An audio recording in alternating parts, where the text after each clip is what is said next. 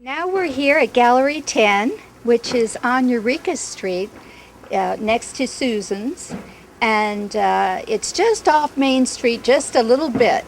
We're going to go inside and we're going to see the featured artist for this month, Julie Trail. Hi, Julie. It's good to see you. Hi everybody. Yeah. Well, I see that you're the featured artist and you're quite prolific. Well, I like to paint, that's for sure. Yes, you do. And I especially like doing watercolors. Yes, and you also do classes too, don't you? I do. I teach watercolor as well. And how often do you do that? I do it weekly. I have a couple of classes that meet weekly, and we solve all the problems with watercolor. You know, we go from how to use your paintbrush, how to create design through your painting, how to travel inside a painting so you get your viewers to look around while they're there, value, how important value is. We do a lot with negative painting, which is a skill that really helps to improve your watercolors. I mean, the list goes on and on. I also study other artists, very well-known artists, as well as just ones you like. See what they do that's different from what you do and see if you can't learn from each other. So we're always learning new things. Well, I understand that you got an award for River Reflections for your participation. Yeah. And do you have that painting here? No, that painting was sold, but it's I think it's still traveling with the River Reflections. I know the River Reflections right now is being showcased at the Amador Arts Gallery over on Randolph Street. And I don't think my painting is among the ones that are being showcased right now, but mine won the first prize. So I was very flattered and honored. As you should be. That was a wonderful... and I see this, too. Oh, yeah. This was fun.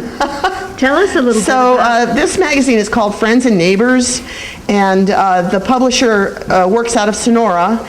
She's trying to highlight the community of seniors that lives in the foothills to give us a sense of identity, and this issue is on the arts. There are 5 of us that were featured: a potter, there's an illustrator, a chainsaw artist, I'm trying to think what the other 2 are, and myself. And they put me on the cover, so I was doubly honored and flattered, and it's been a terrific ride. It's been a lot of fun.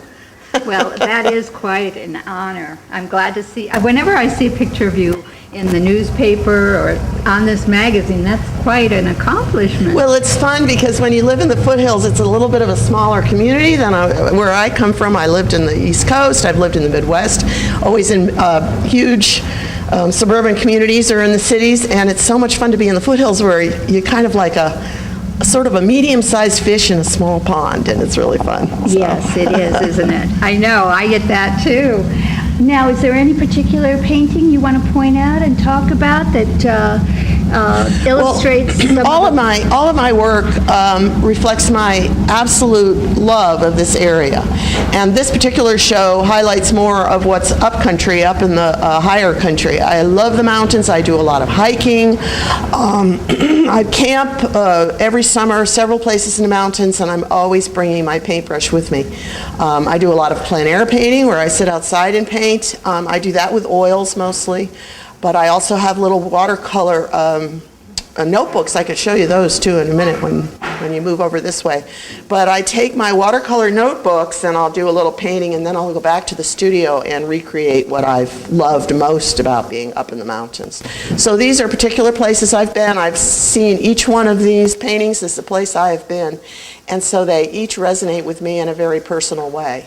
Oh, yes, that's one thing I love about representational art. I can identify a lot of times when I see your art, I know exactly where it is. And people ask me, they'll say, well, where is that? I'll say, well, does it matter? And they'll say, yes. Because it shouldn't matter where it is. What it should do is give you a feeling of a place you've been. Yes. You know, so I know exactly where, for example, I know exactly where, Lee's showing this tree here. I know exactly where this tree is. It's actually right above Woods Lake. You have to climb up, you kind of have to rough it, there's no trail, and you just kind of sit on a rock and there's that tree, and I know exactly where it is, I can show it to you.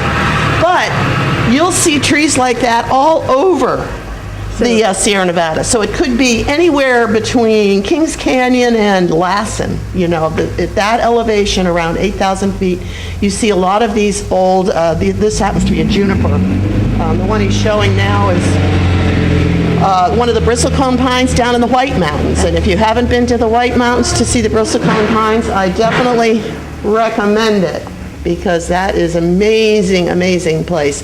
That tree grows at an elevation of around 12,000 feet, so it's a little inaccessible. But you can drive up there.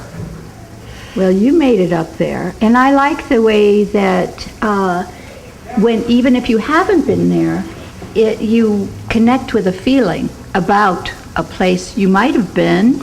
Right, you might have been somewhere near there, or maybe you've seen pictures of it, or there's something you'd like to see more. So, you know, how it makes you feel. How it makes you feel on it. Yeah. That's what I love about representational painting. I mean, I've done some abstract work. I don't get as much pleasure out of it. I get much more pleasure out of painting a place I've been. And then I'm also working on doing more with texture. If you look at this, I think it's a juniper up here. I'm not totally convinced they're junipers because I didn't see the berries, but that particular grove is up above Silver Lake, and on that painting I did a lot of textural activities with stamping and spraying and splattering and negative painting and all of these different techniques that are fun with watercolor. I didn't use salt on this one, but I have been using a little salt sometimes. So anyway, there's a lot of fun that you can have with watercolor, and it's just a fun thing to do. I find that watercolor is a very difficult medium. I love that you think so. I do think so. Let's see, you have paintings over in this area? Yeah, those are my paintings as well. Those are your paintings, and then you have some around the corner here? And then there's these over here too. Oh, and over here. Yeah.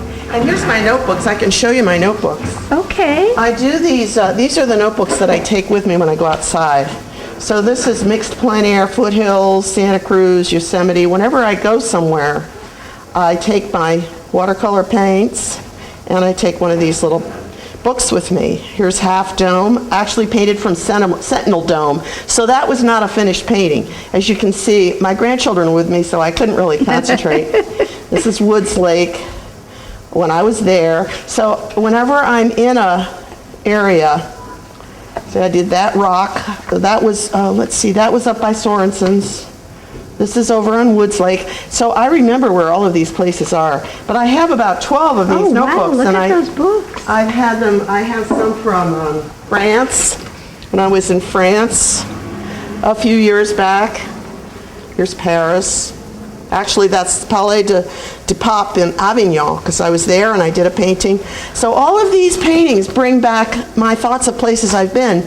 And if you travel, I recommend taking a sketchbook rather than a camera. And the reason I say that is because when you're sitting in a place, you sit there for about 45 minutes. You just feel the place. You're just there. Whereas a camera, you got the camera between you and your view. Here, you're looking at the view, and you're recreating it so it has a real meaning to you. And I showed all of these little paintings to my family and friends when I came back, and they would much rather see these than 1,000 photographs. Oh, you're right, for a slideshow, right? Right, so that's what I always recommend people do, that kind of thing. And the layout here, it looks like you really coordinated your show very well with the colors and the scenes. Well, I tried to be a little thematic. This time it was more mountains. I'm calling it the Rocks, Rills, and Wooded Hills. I know, I like that title. My friend suggested I call it what did she call it? Move a tree. No, paint a mountain, move a tree or something. Because when you're outside, you have to learn how to leave out things as well as include things. You can't paint everything you see, or your painting would be too busy. So that's a fun thing to figure out how to do. Yeah, you have to learn how to choose what you're going to paint. Yes. So, yes. hello. We're having a little TV interview right now. You're welcome to browse. Oh, great. It's nice to have you here. Yeah. Yes. So, I mean, Gallery 10 is always a wonderful place to just spend a little time just browsing around, looking and seeing what we have. We have jewelry, we've got pottery, we've got all kinds of gifts you can buy, as well as paintings.